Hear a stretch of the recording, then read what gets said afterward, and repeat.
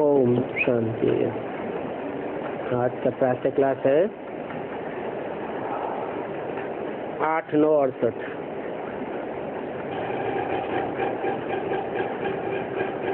बच्चे बैठे हुए हैं, उसको कहा जाता है याद की यात्रा। बाप कहते हैं योग अक्षर काम में मत लाओ, याद करो। बाप कहते हैं देह के सभी धर्म छोड़ एक बाप को याद करो।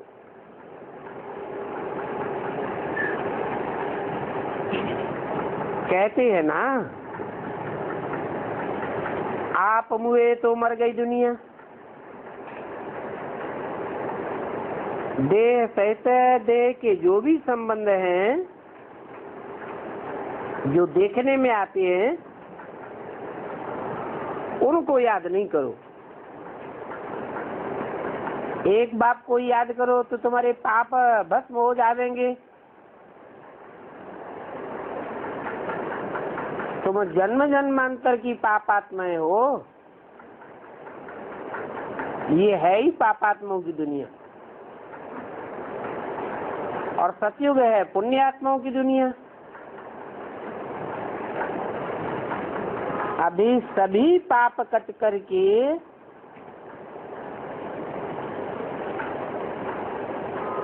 सत्य कैसे जमा हो, पुण्य कैसे जमा हो? कहेंगे बाप की याद से ही जमा होगा। आत्मा में मन बुद्धि तो है ना, तो आत्मा को बुद्धि से याद करना है। बाप कहते हैं तुम्हारे जो भी मित्र संबंधी आदि हैं, उन सब को भूल जाओ।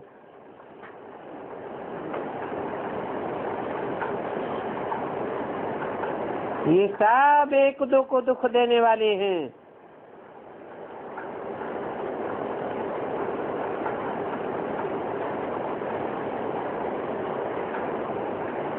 अभी ये बात पक्की नहीं होती हो तो आगे चल के और ही पक्का हो जाएगा कि ये सब देह के संबंधी क्या दुख देने वाले हैं। एक तो विकारी कांटा बनाते हैं, जिसे काम कटारी चलाते हैं। दूसरा फिर पाप क्या करते हैं? बाप को कुत्ते बिल्ले ठिक्कर भित्तर में कह देते हैं।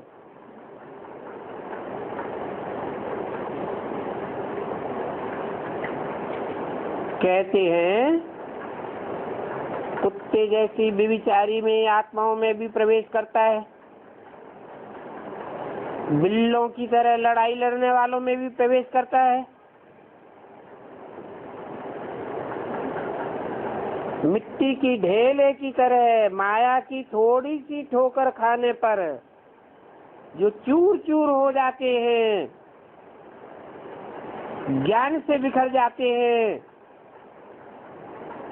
उनमें भी प्रवेश बताई देते हैं। भीतर अर्थात भीत। ज्ञान मार्ग में जो भीत अर्थात दीवाल की तरह खड़े हो जाते हैं, न खुद समझते हैं न दूसरों को समझने देते हैं, ऐसों को भी भगवान का रूप मान लेते हैं।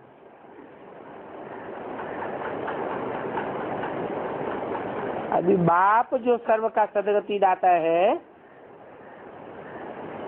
बच्चों को बेहद का सुख देते हैं, अर्थात स्वर्ग का मालिक बनाते हैं, उनको ठिक्कर भित्तर में ठोक देते। ये तो पाठशाला है ना, तुम आते ही हो पढ़ने के लिए, और ये लक्ष्मी नारायण तुम्हारी अहम ऑब्जेक्ट। बाप के सिवाय और तो कोई ऐसे कह नहीं सकता है कि मैं तुमको नर से नारायण, नारी से लक्ष्मी बनाऊंगा। तुम जानते हो अभी हमको पवित्र दुनिया का मालिक बनना है। पहले भी हम विश्व के मालिक थे, पूरे 5000 वर्ष हुए। उस समय देवी देवता विश्व के मालिक थे ना। कितना ऊंच पद है। ऐसा ऊंच पद धारण करने वाला जरूर बाप ही बनावेंगे, और बाप को ही परमात्मा कहते हैं।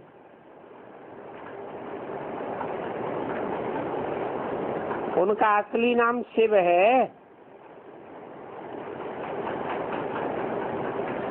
फिर बाद में बहुत नाम रख दिए हैं, जैसे बम्बई में बबूलनाथ कहते हैं, अर्थात कांटों के जंगल को फूलों का बगीचा बनाने वाला। नहीं तो असली नाम उनका शिव ही है। इनमें प्रवेश करते हैं तब भी नाम शिव है। तो तुमको इनको याद नहीं करना है। इनको राम कृष्ण को याद नहीं करना है। ये तो देहधारी हैं। तुमको याद करना है विदेही को।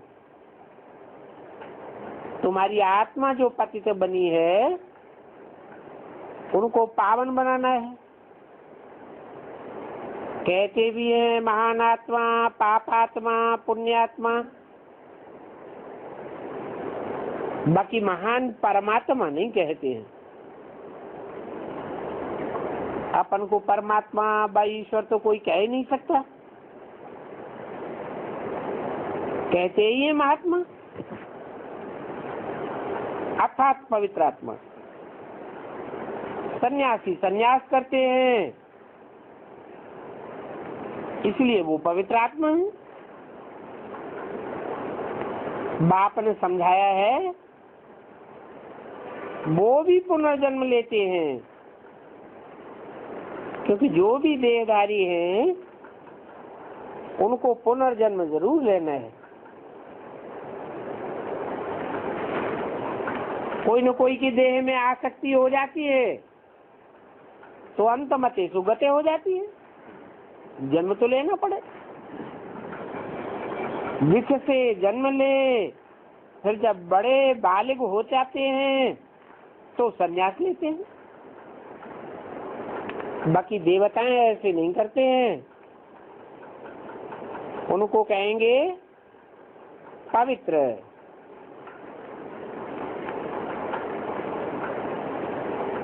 देवताओं को भी गृहस्थ में जन्म लेना पड़े। उन सन्यासियों को कहा जाता है हद के सन्यासी। है महान आत्मा, लेकिन महान परमात्मा तो नहीं है। बाप ने समझाया जो अपन को परमात्मा कहलाए अथवा अपन की पूजा करावे वो हिरण्यकश्यप जैसे दैत्य हैं। ये आसुरी संप्रदाय हैं। अभी तुम आसुरी से दैवी संप्रदाय बनाते हो। दैवी गुण धारण करने से दैवी संप्रदाय बनेंगे। आसुरी गुण वाला है आसुरी संप्रदाय। दैवी संप्रदाय सतयुग में रहते हैं और आसुरी संप्रदाय कलयुग में रहते हैं। अभी कहेंगे संगम युग। अभी तुमको बाप मिला है, कहते हैं फिर तुमको दैवी संप्रदाय बनना जरूर है। तुम यहाँ आए ही हो दैवी संप्रदाय बनने के लिए। दैवी संप्रदाय में अथाह सुख है। वो होती है सुख की दुनिया। कलयुग है दुख की दुनिया। पहला पहला दुख है एक दो को काम कटारी चलाना, काम कटारी से कोस करना। इस आसुरी दुनिया को कहा जाता है कोस घर। हिंसा करते हैं ना, देवताएं तो अहिंसक हैं, हिंसक बनते हैं तो बाप को भूल जाते हैं।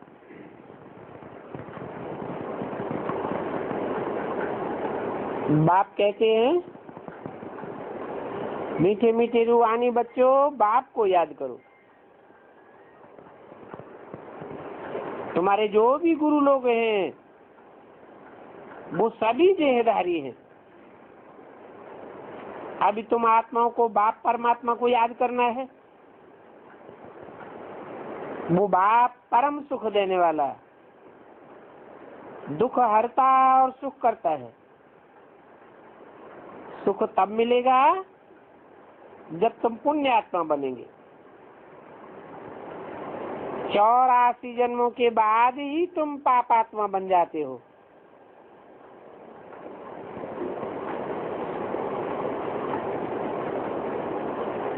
क्या 84 जन्मों के बाद ही पापात्मा बनते हैं?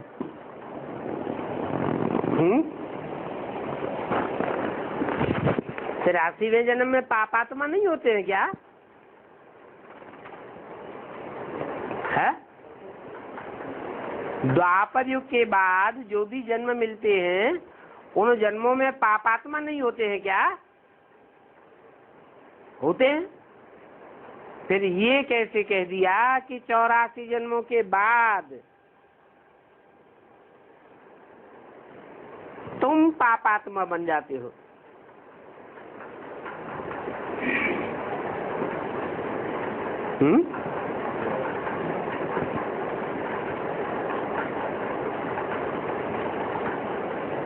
मना 84 जन्म पूरे होते होते तुम पूरे पापात्मा बन जाते हो। अभी तुम जमा करते हो।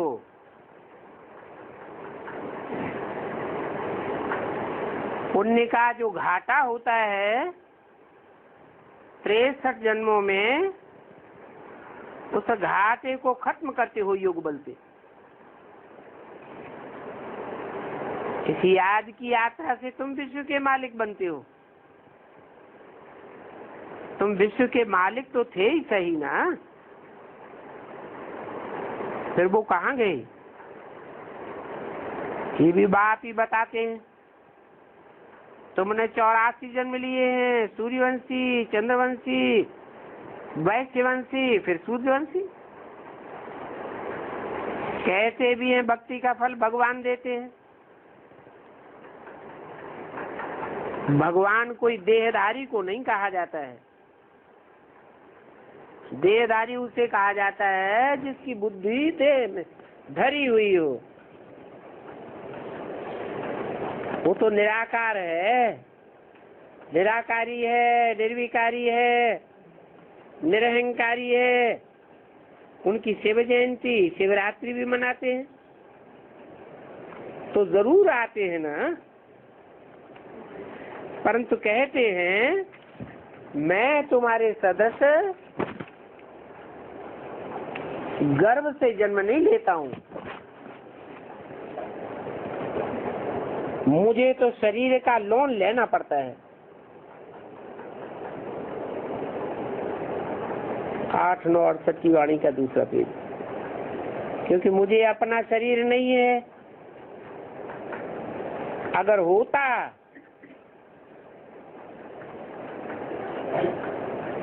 तो उनका होता। ब्रह्मा नाम तो इनका अपना है, ये मेरा नाम नहीं है। इसने सन्यास किया है तो इनका नाम ब्रह्मा रखा है, और तुम हो इनके कुमार कुमारियां, ब्रह्मा कुमार ब्रह्मा कुमारियां।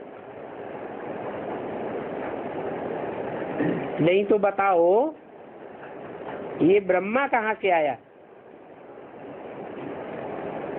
ब्रह्मा की बल्दियत क्या है? क्योंकि ब्रह्मा भी क्रिएशन है। किसकी? है? कौन से बाप की? ब्रह्मा भी क्रिएशन है, क्रिएटर है शिव बाबा। और शिव बाबा कब कहा जाता है? जब वो शिव निराकार ज्योति बिंदु साकार में प्रवेश करे। साकार है प्रजापिता, तो वो पिता और वो ब्रह्मा, पिता को क्रिएटर कहा जाता है, माता क्रिएशन हो गई। तो क्रिएटर तो एक ही है। शिव बाबा अपने बच्चों में प्रवेश कर इन द्वारा तुमको ज्ञान देते हैं।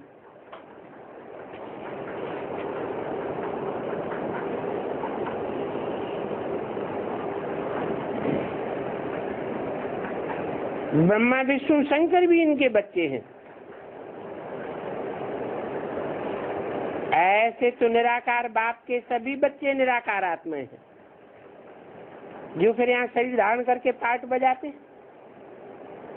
बाप कहते हैं मैं आता हूँ पतितों को पावन बनाने, इसके लिए मैं इस शरीर का लोन लेता हूँ।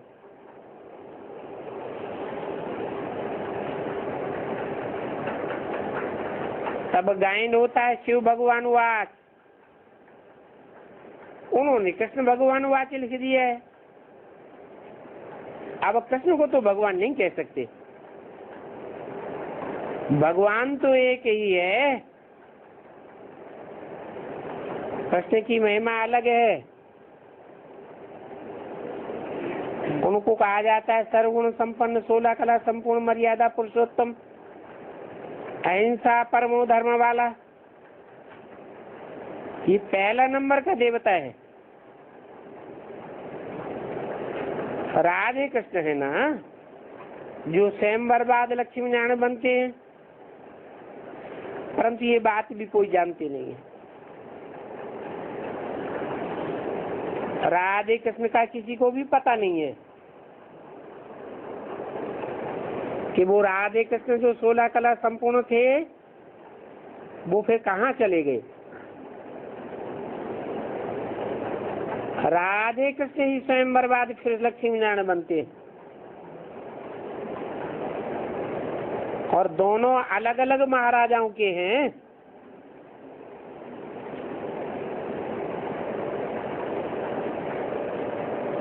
वहां अपवित्रता का नाम नहीं होता है।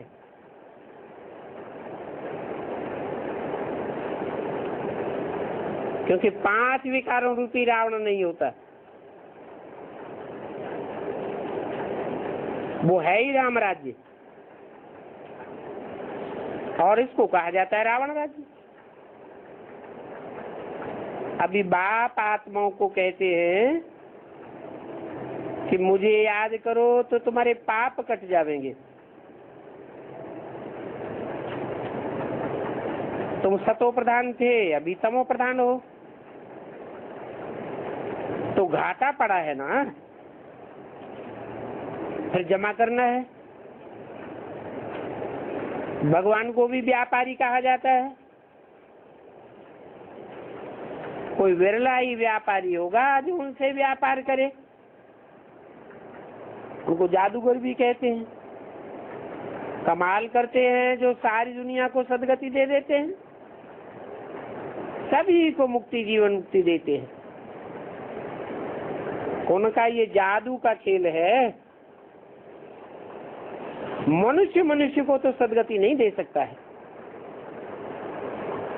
तुम 63 जन्म भक्ति करते आए हो, कोई ने भी सदगति को पाया क्या? कोई है जो सदगति दे? कोई नहीं सकता। एक भी वापस नहीं जा सकता, क्योंकि वापस जाने के लिए तो फिर हल्कापन होना चाहिए। हल्की चीज ऊपर उड़ती है, भारी चीज नीचे रहती है। देह का भान नीचे ले जाता है। देह तो मिट्टी है, 5 तत्व हैं जो भारी बनाते हैं। इस देह के ममत्व को त्याग करके आत्मा जब ऊपर उड़े तो वापस जा सके। वेद का बात ही आकर के सभी को वापस ले जाते हैं, नहीं तो कोई को आत्मा का पता ही नहीं है। बाप आकर के राजयोग सिखाकर राजाएं बनाते हैं। देखो इस कलयुग में अनेक राजाएं हुए, वहां सतयुग में तो तुम थोड़े ही राजी करते थे। बाकी सभी आत्माएं तो मुक्ति धाम चली जाती हैं। तुम जाते हो जीवन मुक्ति वाया मुक्ति धाम, बाकी सभी मुक्ति में। तो ये चक्र फिरता रहता है। अभी तुम आत्माओं को दर्शन हुआ है, कहेंगे सृष्टि चक्र का दर्शन हुआ। रचयिता और रचना के आदि मध्य अंत के चक्र का दर्शन हुआ, और कोई भी इस बात को नहीं जानते हैं। तुम ही इस ज्ञान से नर से नारायण बनते हो। देवताओं की राजधानी स्थापन हो गई, फिर तुमको ज्ञान की दरकार नहीं रहती। आधा कल्प ज्ञान, आधा कल्प भक्ति।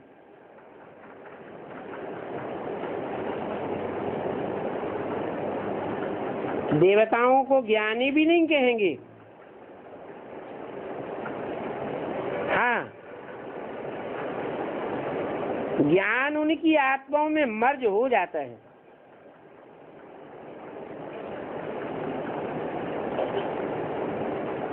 कहेंगे आत्म की स्थिति वाले हैं, अर्थात ज्ञान का सार उनमें समाया जाता है। भक्तों ने भगवान को फल दिया, आधा कल्प का सुख मिल जाता है। फिर रावण राज्य में दुख शुरू होता है। आस्ते आस्ते सीढ़ी उतरते रहते हैं। तुम सतयुग में हो तो भी एक दिन जो बीता उसमें भी कहेंगे सीढ़ी नीचे उतर नहीं होता है। अभी तो तुम 16 कला संपूर्ण बनते हो, फिर त्रेता में 2 कला कम हो जाती है। सीढ़ी नीचे उतरते ही रहते हैं। सेकंड बाई सेकंड टिक टिक होती जाती है। सेकंड, मिनट, घंटे, दिन, वर्ष बीतते बीते हम देखो इस जगह आकर के पहुंचे। वहां भी तो ऐसे ही घड़ियां बीतती जाएंगी ना। तो देखो हम सीढ़ी चढ़ते हैं फट से, कहते भी हैं तेरे भाने सर्व का भला।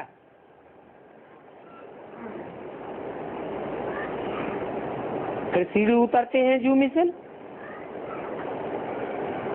बाप कहते हैं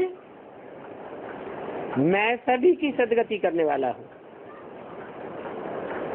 मनुष्य मनुष्य की सदगति गति कर नहीं सकता,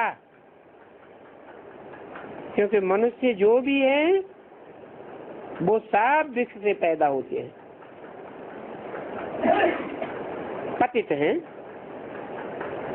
वहां सतयुग में तो कोई पतित होता ही नहीं है। वास्तव में कृष्ण को ही सच्चा महात्मा कह सकते हैं, और ये महात्मा लोग विष से जन्म लेते हैं। बाद में फिर संन्यास करते हैं। वो कृष्ण महात्मा तो है देवता, वो तो सदैव ही पवित्र रहते हैं, उनमें कोई विकार नहीं होता है। उनको कहा जाता है निर्विकारी दुनिया, इनको कहा जाता है विकारी दुनिया। No purity at all. चलन कितनी खराब हो जाती है। देवताओं के चलन तो बहुत अच्छे होते हैं, सभी उनको नमन करते हैं, उनकी कैरेक्टर्स अच्छे हैं, तब तो अपवित्र मनुष्य उन पवित्र देवताओं के आगे माथा टेकते हैं। अभी तो भारत में सभी के कैरेक्टर्स खराब हैं, तो देखो लड़ना झगड़ना क्या क्या लगा पड़ा है, बड़ा हंगामा है। और अभी तो रहने की भी जगह नहीं है। चाहते हैं मनुष्य कम हो जावे,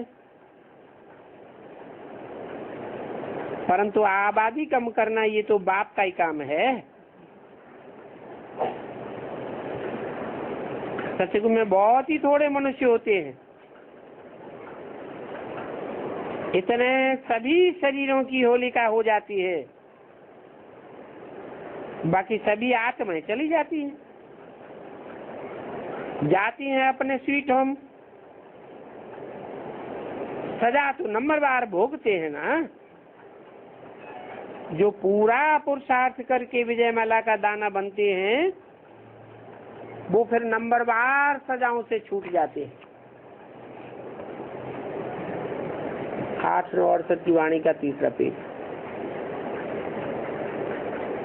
ऐसी माला कोई एक की तो नहीं होती है। जिन्होंने ऐसा बनाया है, वो फिर फूल बनते हैं, माला के दाने बनते हैं। मुख्य है मेरू, मेरू में डबल मणका दिखाया जाता है, प्रवृत्ति मार्ग की निशानी है। हमारा है ही प्रवृत्ति मार्ग। तो ये माला जो सिंगल मणकों की देखने में आती है, ये सारी की सारी माला जोड़ियों की माला है।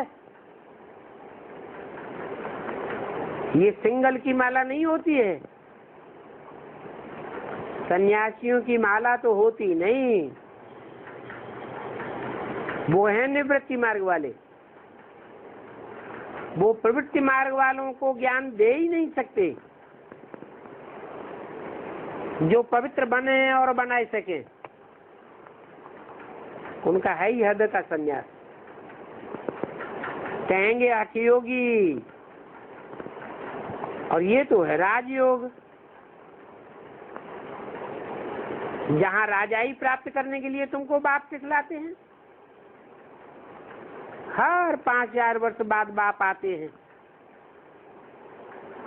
आधा कल्प तुम राज्य करते हो सुख में, फिर रावण राज्य होता है तो तुम आस्ते आस्ते दुखी होते जाते हो। इनको कहा जाता है सुख दुख का खेल। बाप आकर के पांडवों को जीत पहनाते हैं। अभी तुम हो पंडे, औरों को घर जाने की यात्रा कराते हो। वो स्थूल यात्राएं तो मनुष्य जन्म जन्मांतर करते आए, अभी तुम्हारी तो है घर जाने की यात्रा। बाप आकर सभी को मुक्ति जीवन मुक्ति का रास्ता बताते हैं। तुम जीवन मुक्ति में जाते हो, बाकी सभी मुक्ति में चले जाते हैं। हाहाकार के बाद फिर जय जयकार हो जाएगी। रक्त की नदियां बह करके फिर घी की नदियां बहती हैं। अभी है ही कलयुग का अंत। बहुत बहुत आफतें आनी हैं। उस समय फिर तुम याद की यात्रा में नहीं रह सकेंगे। कब? जब रक्त की नदियां बहेंगी, आफतें आवेंगी, तो तुम याद की यात्रा में नहीं रह सकेंगे, क्योंकि बहुत हंगामा हो जाएगा। इसलिए बाप कहते हैं अभी याद की यात्रा को बढ़ाते रहो, तो तुम्हारे सारे पाप भस्म हो जावे। और फिर जमा भी करो। कोई भी हालत में सतो प्रधान तो बनो। सतो प्रधान बनने की युक्ति पतित पावन परम पिता परमात्मा ही आकर के बताते हैं। बाप कहते हैं मैं हर कल्प के पुरुषोत्तम संगम युग पर आता हूँ। ये बहुत छोटा तुम ब्राह्मणों का युग है। ब्राह्मणों की निशानी भी होती है क्या? शूद्रों की निशानी क्या है?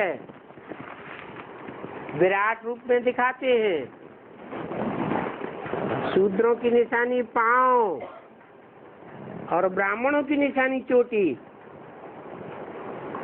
ब्राह्मण देवता कहा जाता है। संपूर्ण ब्राह्मण सोई देवता बनते हैं। तो ये चक्र फिरता रहता है। ब्राह्मणों का बहुत छोटा सा कुल है। 50-60 वर्ष में बाप आकर तुमको पढ़ाते हैं।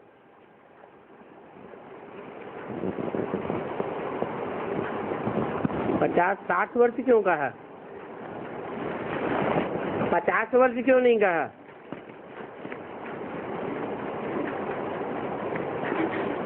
या 60 वर्ष क्यों नहीं कहा?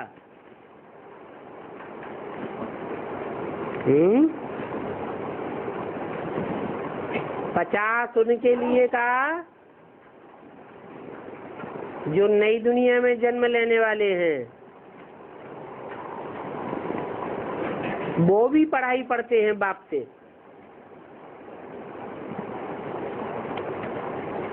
और जो नई दुनिया में जन्म लेने वाले हैं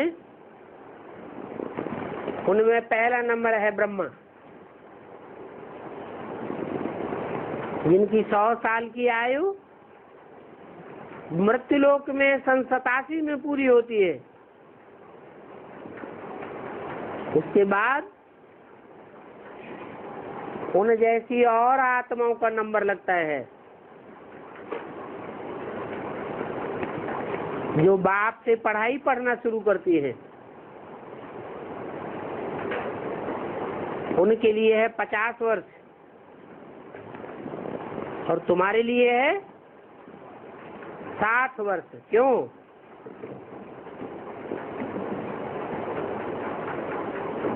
साठ वर्ष क्यों कहा? क्योंकि जो जन्म लेने वाली आत्माएं हैं उनकी पढ़ाई 76 से ही शुरू हो जाती है। तुम बच्चे भी हो, स्टूडेंट भी हो, फॉलोअर्स भी एक के हो।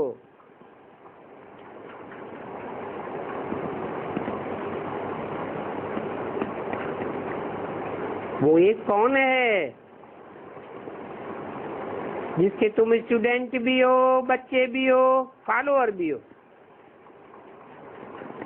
कहेंगे एक शिव बाबा।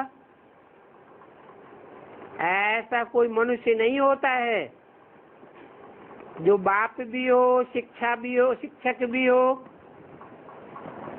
और सदगुरु भी हो। जैसे कि आदि मध्य अंत का ज्ञान देता हो, फिर साथ भी ले जाए। ऐसा और कोई मनुष्य हो नहीं सकता।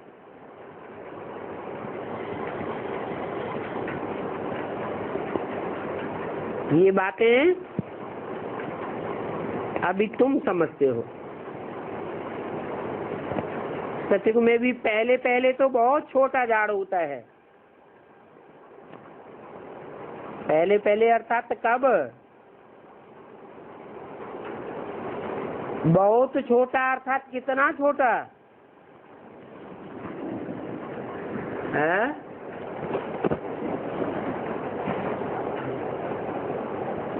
अरे सतयुग के फाउंडेशन की पारिवारिक इकाई कोई तो होगी। उस पारिवारिक इकाई में कितने भांति होते हैं?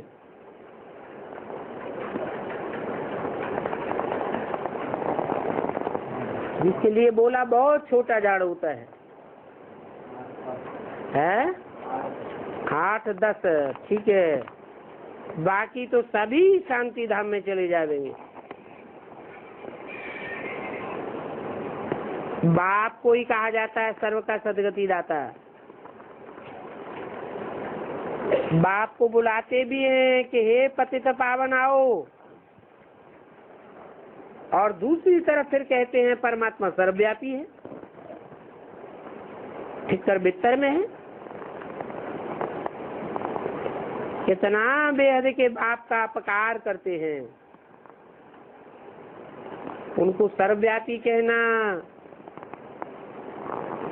कच्छ अवतार मच्छ अवतार कह देना, 84 लाख जन्म तो छोड़ो, परंतु उनसे भी जास्ती कण कण में भीतर भीतर में कह देते।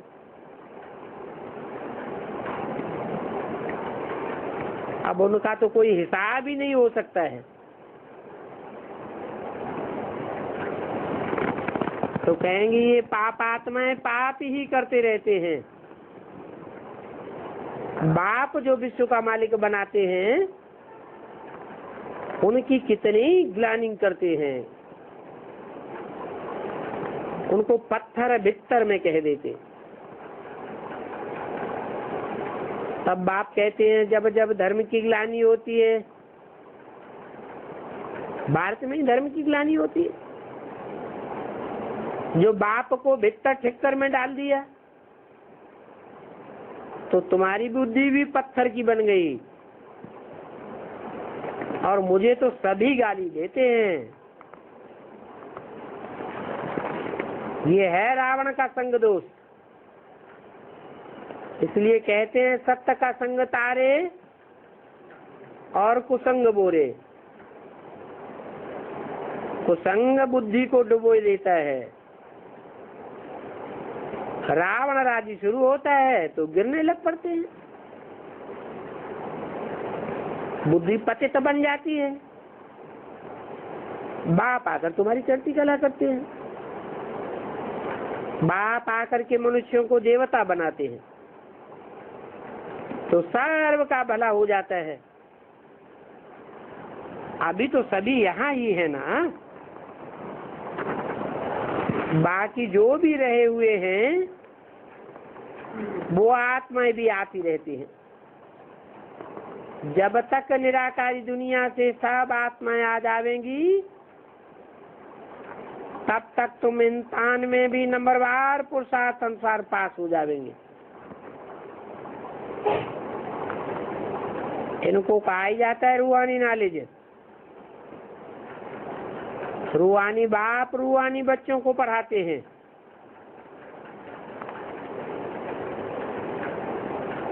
आत्मा ही एक शरीर छोड़ दूसरा लेती है।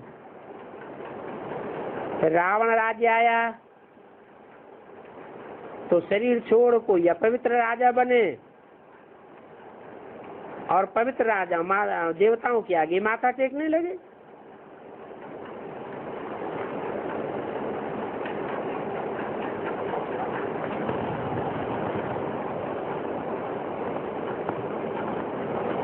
इसकी बात बताइए।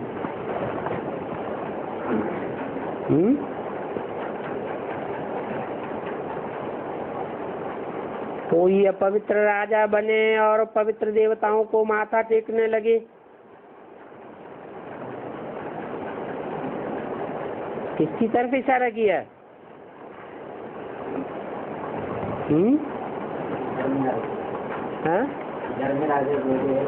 विधर्मी और स्वधर्मी पूजा नहीं करते हैं। जो स्वधर्मी राजाएं होते हैं वो द्वापर युग के आदि से सतो प्रधान पूजा अर्थात व्यभिचारी पूजा नहीं करते। आत्मा ही पतित बनती है, आत्मा ही पावन बनती है। आत्मा पतित है तो शरीर भी पतित मिलता है। सच्चा सोना में खाद पड़ती है तो उस खाद का भी जेवर बन जाता है। अभी आत्मा में से खाद कैसे निकले? ये देह अभिमान की खाद पड़ गई है, जो घड़ी घड़ी देह याद आ जाती है, अपनी देह याद आवेगी, औरों की देह याद आवेगी, देह के पदार्थ याद आवेंगे तो कहेंगे मन बुद्धि रूपी आत्मा में खाद पड़ गई।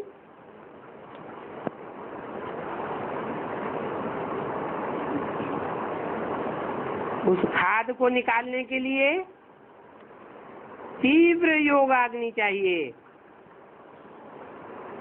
तीखी अग्नि में सोना पिघलता है ना, साधारण अग्नि में तो नहीं पिघलता। तो उस योगाग्नि से ही तुम्हारे विकर्म विनाश हो जाएंगे। सोने में चांदी की खाद, तांबा, लोहा पड़ जाता है। ये खाद है। गोल्डन एज से आयरन एज में आ गए तो वो खाद कैसे निकले? ये है योगाग्नि। ज्ञान शिक्षा पर बैठते हो, आगे थे काम शिक्षा पर, बाप ज्ञान शिक्षा पर बिठाते हैं।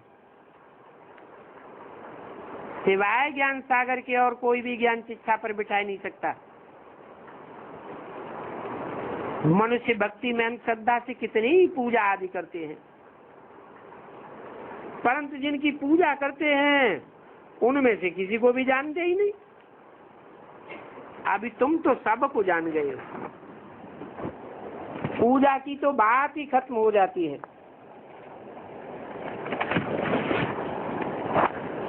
जब रावण राज्य शुरू होता है तो पूजा शुरू होती है, शास्त्र आदि बनते हैं, शास्त्र पढ़ते हैं, सुनाते हैं। 8 9 और सच्ची वाणी का चौथा पेज। तुम तो शास्त्रों को मानते ही नहीं हो। बोलो, अरे हम तो सबसे शास्त्री शास्त्र पढ़े हैं, सबसे जास्ती भक्ति हमने की है। पहले पहले हमने शिव की भक्ति की, फिर तमो प्रधान बने तो सभी की भक्ति करते आए। जिसकी शुरू में पूजा करते थे वो ही अभी आया हुआ है भक्ति का फल देने के लिए। जिन्होंने शुरू से लेकर पूरी भक्ति की है वो ही फिर पूरा ज्ञान उठावेंगे। तो नब्ज देख सकते हो कि पुराना भक्त है, बीच का भक्त है या लास्ट का भक्त है। पहले पहले भक्ति तुमने शुरू की तो जरूर ज्ञान भी पहले पहले तुम ही लेंगे।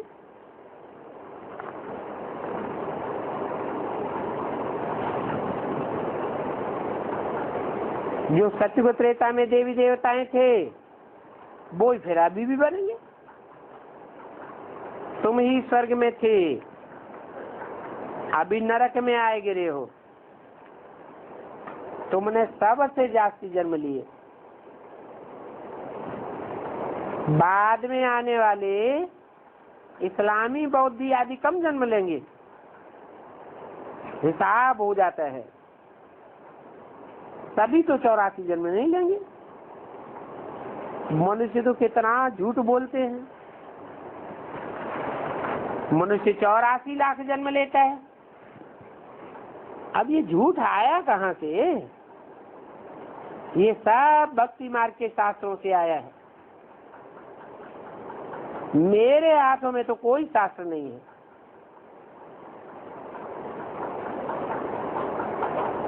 वो तो है ही ज्ञान का सागर। मनुष्य शक्ति का बीज रूप है।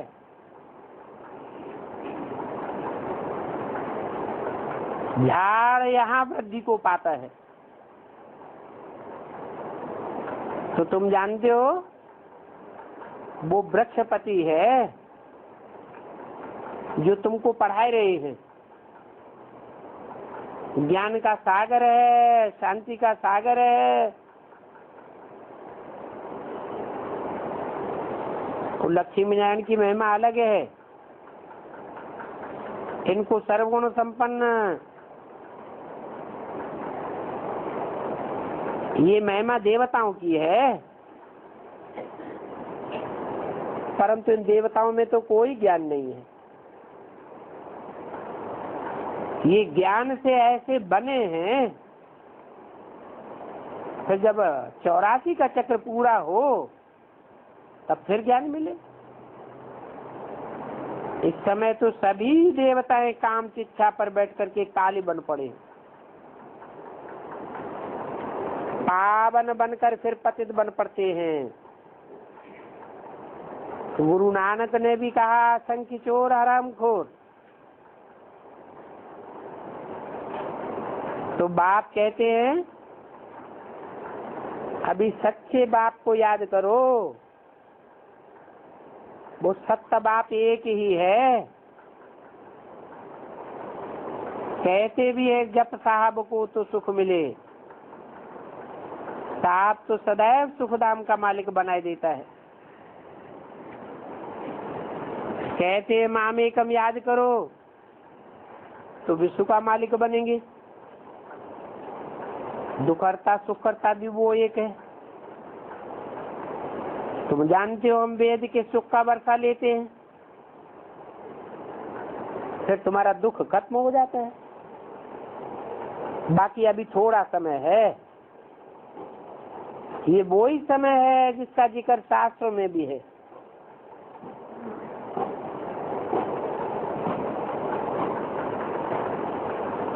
मूसलों की बात शास्त्रों में भी आई है ना।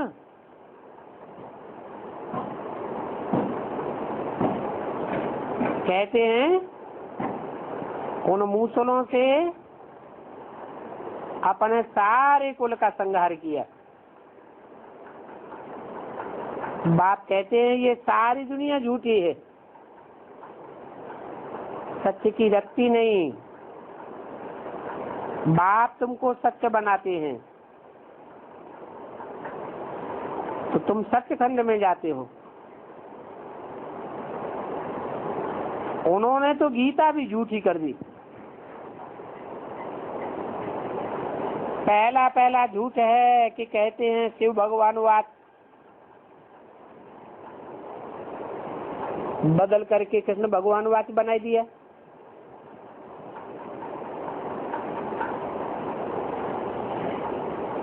अब मैं तो बाप हूँ, वो बच्चा है। कृष्ण की पूजा भी बच्चे के रूप में होती है। राम बाप को कहा जाता है। अब मेरी बायोग्राफी में बच्चे का नाम डाल दिया, इसे भूल के कारण भारत कंगाल बन गया। वो झूठी गीता पढ़ते पढ़ते नीचे ही गिरते जाते, फिर गालियां देते हैं कि ठिक्कर में, भित्तर में, कण कण में।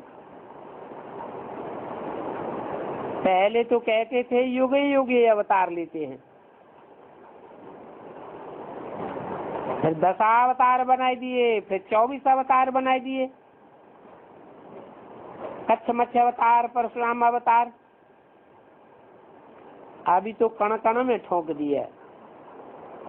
कितने तमो प्रधान बन गए। इसलिए बाप आकर के डोरापा देते हैं, तो मुझे भी गालियां दे करके कितना अपकार करते हो, फिर भी तुम मुझे गालियां देंगे। मैं आकर के उपकार करूंगा,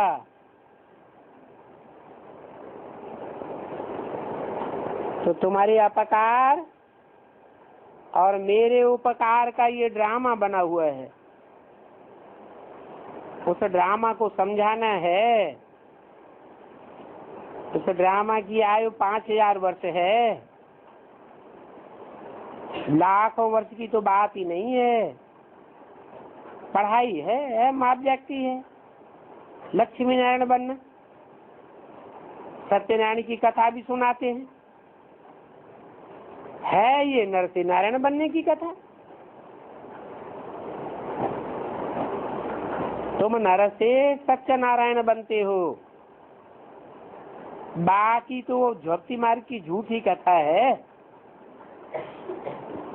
शास्त्र पढ़ते पढ़ते आकर के इस हालत में पहुंचे हो। वहाँ नई दुनिया में तो शास्त्र भी नहीं होते हैं, भक्ति का नाम और निशान नहीं होता है। आधा कल्प है ज्ञान दिन, आधा कल्प है भक्ति रात। बहुत करके तुमको कहते हैं, तुमने यहाँ ब्रह्मा को क्यों बिठाया है? अरे भगवान वाक्य है, मैं उनमें प्रवेश करता हूँ, बहुत जन्मों के अंत में प्रवेश करता हूँ। तो बहुत जन्मों के अंत वाला जन्म है, इन्होंने पूरे 84 जन्म लिए हैं। तो नई दुनिया में इनको ही पहले आना है।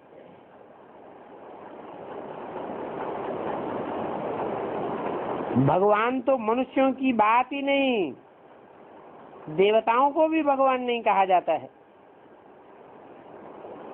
मनुष्य तो कितना घोर अंधियारे में है। अभी बाप आया हुआ है संगम पर,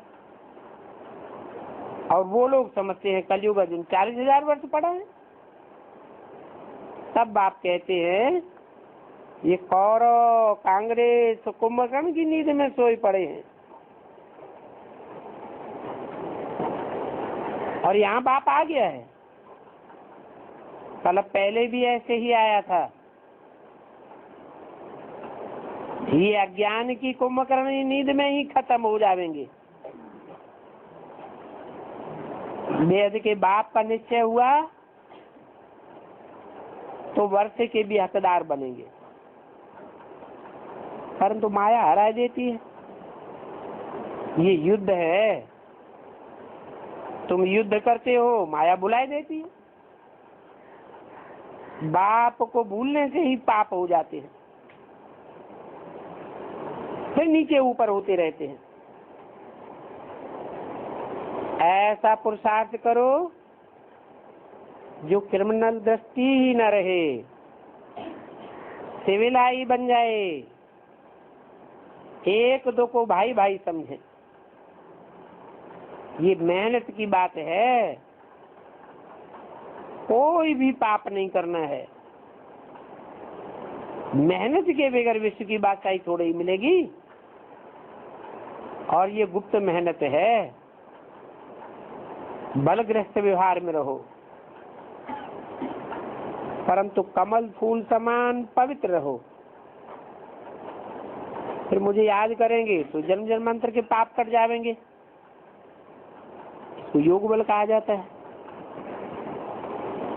तुम योग से ही विश्व के मालिक बनते हो। बाहुबल से विश्व का मालिक कोई बन ही नहीं सकता। हिस्ट्री बताती है। बाकी तो साइंस से अपना ही विनाश करते हैं। और वो कहते भी हैं हमारा कोई प्रेरक है जो हम अपनी ही मौत के लिए ये सामान तैयार करते हैं। ये भी उनका ड्रामा में पार्ट है। अच्छा, बच्चों को गुड मॉर्निंग।